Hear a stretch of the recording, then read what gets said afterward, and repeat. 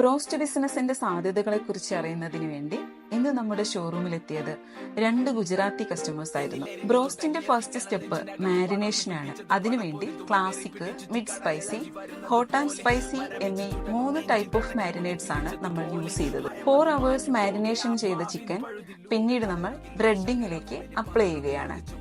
Broast ബിസിനസ്സിൽ customers happiness എന്നത് taste consistency ഒരേപോലെ നിലനിർത്തുക എന്നതാണ്.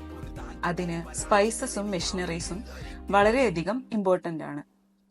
ബ്രെഡിംഗ് പ്രോസസ്സിന് ശേഷം ചിക്കൻ നമ്മൾ കുക്ക് ചെയ്യുന്നതിനായി മെഷീനിലേക്ക് അപ്ലൈ ചെയ്യുകയാണ്. ബ്രോസ്റ്റ് മേക്കിങ്ങിന് ടൈമും ടെമ്പറേച്ചറും വളരെയധികം ഇമ്പോർട്ടന്റ് ആണ്. ഫൈനലി മെഷീൻ കട്ട് ഓഫ് ആയിട്ടുണ്ട്. ബ്രോസ്റ്റ് റെഡിയായി. ഇനി നമുക്കിത് കസ്റ്റമേഴ്സിന് സെർവ് ചെയ്യാം. കസ്റ്റമേഴ്സിന്റെ ചോയ്സ് അനുസരിച്ച് എക്സ്ട്രാ ക്രിസ്പി ആയിട്ടാണ് ബ്രോസ്റ്റ് നമ്മൾ ചെയ്തു കൊടുത്തത്. അതുകൊണ്ട് തന്നെ കസ്റ്റമേഴ്സ് വളരെയധികം സാറ്റിസ്ഫൈഡ് ആണ്. ഇതുപോലെ നിങ്ങൾക്കും പുതിയൊരു സംരംഭകനാകാൻ ആഗ്രഹമുണ്ടോ?